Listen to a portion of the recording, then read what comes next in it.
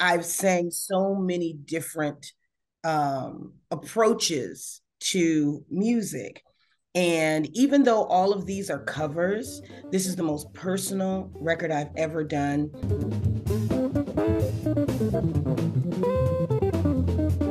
Hey everybody, it's Mike Jeff for Chicago Jazz Magazine, ChicagoJazz.com, and welcome to another episode of Around Town. And today, I always say there's special episodes, but this is really an exciting episode. Tammy McCann is joining us, and she has a brand new recording out, Do I Move You? And she's got a release show coming up at Winter's Jazz Club, March 21st. Of course, 7:30 p.m. and 9:30 p.m. are the shows over there, wintersjazzclub.com. So I'm happy that we could actually connect here before the show because I wanted to make sure all of our viewers, listeners, and watchers can all check out the show and get this new recording. Tammy, congratulations. And it is great to see you again virtually. Hopefully I will see you on the 21st, but it's good to see you right now. How are you? And congratulations. I'm just fantastic. Thank you so much for having me. This is really an exciting time. It is. We talked a little bit about your show that you did a couple of months ago, but this, I think you hinted that this was coming out, but we didn't get into this. So I'm happy we're talking about this. So it's a brand new recording, Do I Move You? And, it really, in the liner notes, it talks about how it really kind of brings all of you out together. And it's kind of like an emotional thing as well, right? Because in the liner notes, you talk about kind of a healing process with this. And we're talking about the pandemic and some other factors as well. So let's just talk about how the process started of putting this recording together, because you must have been planning it during the pandemic and maybe even before that. It's interesting that you should say that, because we were just talking a second ago about how this time last year, I was really ideating around this. It's been really 2.5, 3 years in the making. And during COVID, musicians got the opportunity to, I think, go inside and really reflect. At least I did really reflect on not only who I was, but the type of music that I wanted to create. And as I explored all the different facets of my career and of my voice, I found that I would always keep them kind of sequestered. Right? There's my gospel that many people don't even know that I do. Right. There's the jazz, there's the classical, and I would always keep them separated. And what I realized is that what my real marinade is a mix of all of those things. And so if you give at the first listen, some people might not even recognize that it's me singing, because they're used to a completely different sound. But this is one of the most personal records that I've ever done. And this is my 6th record, as a matter of fact. I'm still trying to wrap my brain around that. But the music, each song has its own particular meaning, not just for me, but I think for the listener. It's interesting you brought up the pandemic, because we got inundated with new projects right after the world started opening back up. Yeah. And as I've talked to different artists over the past year and a half, as I got this show back up and running and we're doing this again, there's so much great creativity that came out of the pandemic, if there's one plus side of the whole thing. But I think you raised a great point, is that, all of the working musicians, myself included, right? I mean, you're going from one thing to another, to another, to another. You got 12 projects going and everything else. When everything stopped, not that it was a great thing, but it really almost gave everybody a pause and allowed them to get inside themselves, where they couldn't really just sit and let things marinate and really understand what's going on inside. And I think that changed a lot of artists. And I think maybe that's how what you're describing, right? I mean, it really kind of, you brought everything out in this recording. And the first lesson I listened to, and I've known you obviously, and I've heard you sing a lot of different genres, but I hear Tammy McCann coming out in this recording more than I have in other recordings. Thank you. I feel that too. I really feel that too. And I think the thing that, I've been singing since I was a young girl, and, scholarship to college, classical voice. And I've sang so many different approaches to music. And even though all of these are covers, this is the most personal record I've ever done. I I feel goosebumps when I listen to these stories. These A perfect example is like Grandma's Hands. You know, this is a well-worn Bill Withers standard, but it takes such a different tone after COVID. Think of all the grandmothers that we lost, that unconditional love that's like no one else, right? And that's what I heard. I heard my grandmother, you know, calling me sugar lump. You know, I heard, you know, and it's so much more closer as you observe and you see people's pain, and you know, you just want to give them some healing, some upliftment, and each song is just a little piece of that reconnecting. I felt like emotionally we were in this emotional sequester for almost 2 years. You know, we couldn't see our friends, our families, our and our loved ones. It actually even hurried up relationships. You're like, well, I like you, you like me, we're about to be separated, why don't we move in together? I mean, there were all of these hurry up, you know, things that happened. And so in this record, I wanted people to feel again and break away from that emotional sequester. So if there's a sense of hope, there's a sense of love, a little bit of lust, a little, you know, there's a little bit of everything that makes you feel something in this record. You know, the thing that struck me too is listening to these tunes. First of all, you had a couple of great collaborators on this recording, right? I did. I really Haque and John Clayton, the great John Clayton, the great Fareed Haque. And you're doing different reimagined versions of these things, but it sounds like that was the way that it was helped you really tell the story the most in your own voice, because Absolutely. Of the way these are recorded, or the way these are arranged and done. Is that the way you guys approached things? Absolutely. Starting with my brother Fareed Haque, he got down really in the, I don't want to call it muck, but he really got in the pot with me, you know, and because as I'm exploring this music and making these musical choices, and then as a producer, he's sharing with me how he hears me vocally, right? How he, you know, what his vision is. And so us going back and forth and needing, you know, these arrangements, really so passionate about it, and such a great collaborator. Perfect example is what is that song? Blackbird. Yeah. So Blackbird is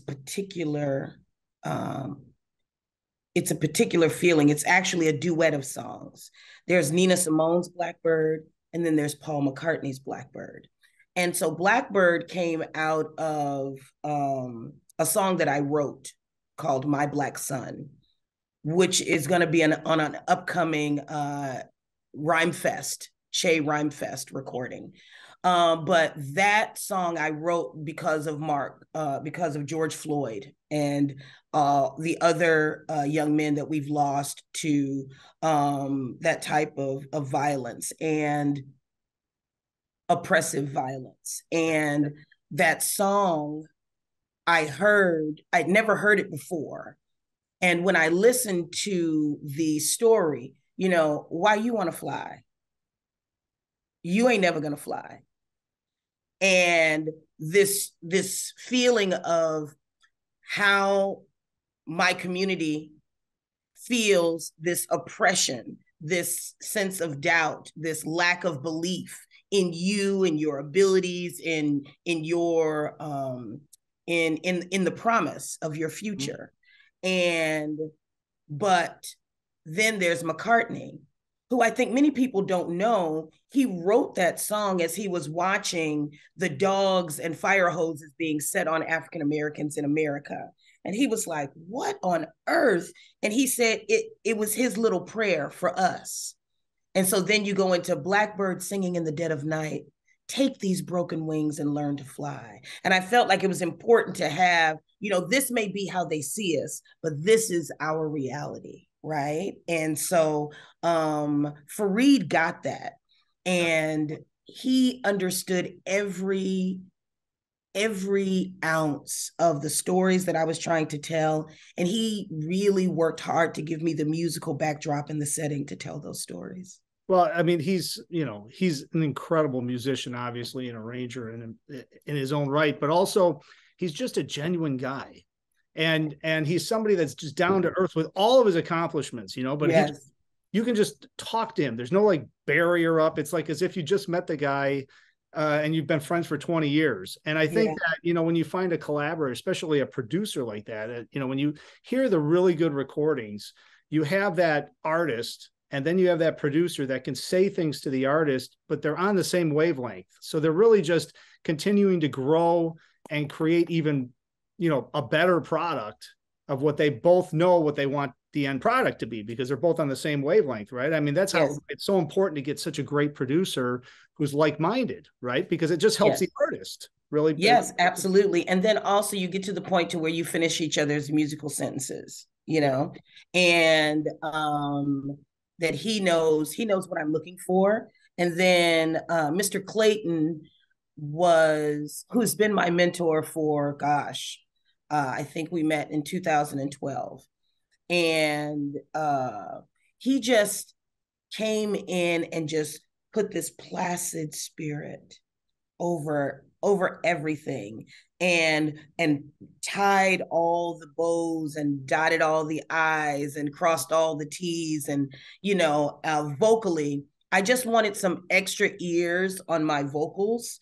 I know that's his masterwork is working with vocalists and different arrangements. And so like on Canaan Land, it's so interesting. We were in the studio, and if you listen to the song, there's a part at the end where I said, it's on my way, glory, hallelujah, I'm on my way. And I go, woo, because we went on a break in the studio and we came back and he changed the arrangement.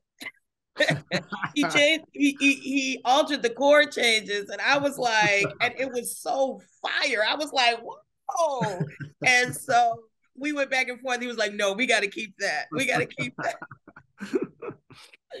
But well, he's the maestro. Absolutely. He's, obviously played and produced and worked with some of the most incredible vocalists. So, I mean, but that's why it's so important to get just like-minded people in a studio that can have, that aren't just like a hired guy to come in and say, and you have no connection to him and no relationship to him. And I think that you can do that, but I really think the best products come out of people that work together, know each other, and have the same idea of where the end goal is going. And then all the creativity goes, and it just makes your work just shine even more. And it does on this recording. So Do I Move You is the name of the recording. Of course, we should send everybody over to TammyMcCann.com, and it's available everywhere. You can pick it up anywhere, but TammyMcCann.com.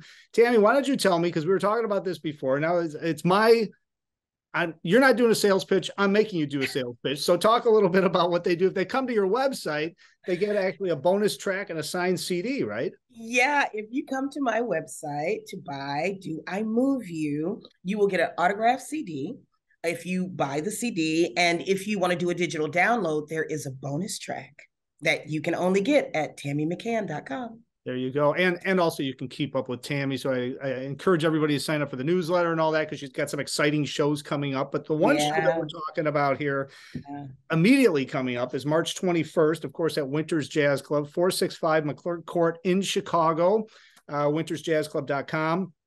By the way, I'd like to tell everybody about the parking situation there. There's a valet. It's not Scott's, it's not Winters, but there is a valet now. So you can pull up, tell them you're going to Winters, and they'll take care of your car. You'll walk right in. We can't make it any easier than that. Of course, 7:30 p.m., 9:30 p.m. Reservations and tickets in advance are highly recommended. So let's talk a little bit about who's in the band on this. I know Fareed's going to be on this, I saw. So that's exciting. So who else is performing with you?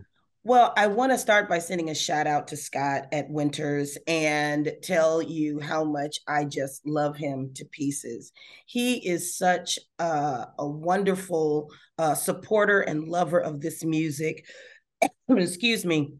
The way that he creates a space that rises up to greet the musician with the sound, with the lighting, with the dressing room. I mean, it all ties together to make for a wonderful musical experience for back of the house, not just front of the house. I'll say that. Also, with all of these world-class musicians, it's hard to get schedules together.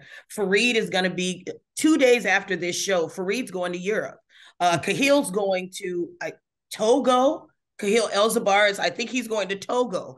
And so just trying to organize all these amazing musicians, I came up with this date. So this is the magic hour, but where am I going to have it?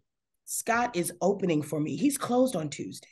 Right. So, ladies and gentlemen, this is something really special. He's extended himself to me in such a beautiful, beautiful way. And so please come out and support live music, support Scott. We've got Tom Viatsis on piano. We've got John Sutton on bass, Samuel Jewell on drums. Justin Dillard is on B3. And of course, Cahill Elzabar on percussion and Fareed Haque on guitar. One quick thing I wanted to share about serendipity and the feeling that this music was really meant to be.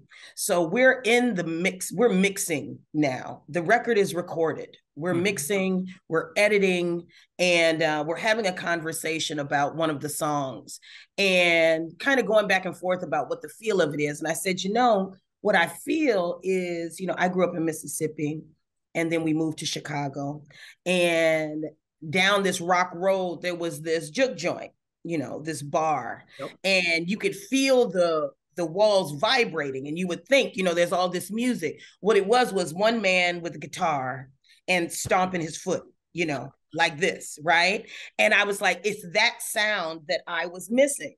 And I immediately thought of Cahill Elzabar.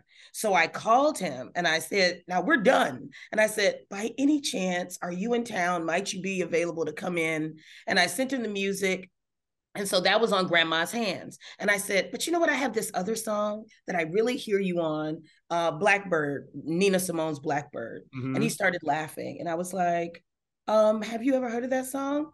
And he was like, Tammy, I played on that song. And I was like, what? What are you talking about?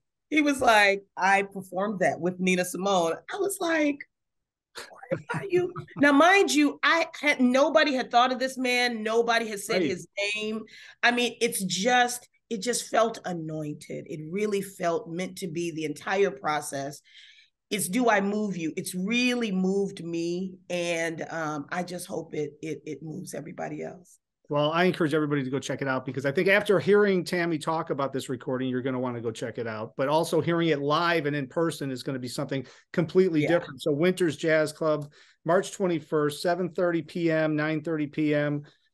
Get the tickets in advance, wintersjazzclub.com. Everything's linked up down below as always. And Tammy, congratulations on this recording. Do I Move You, Tammy McCann?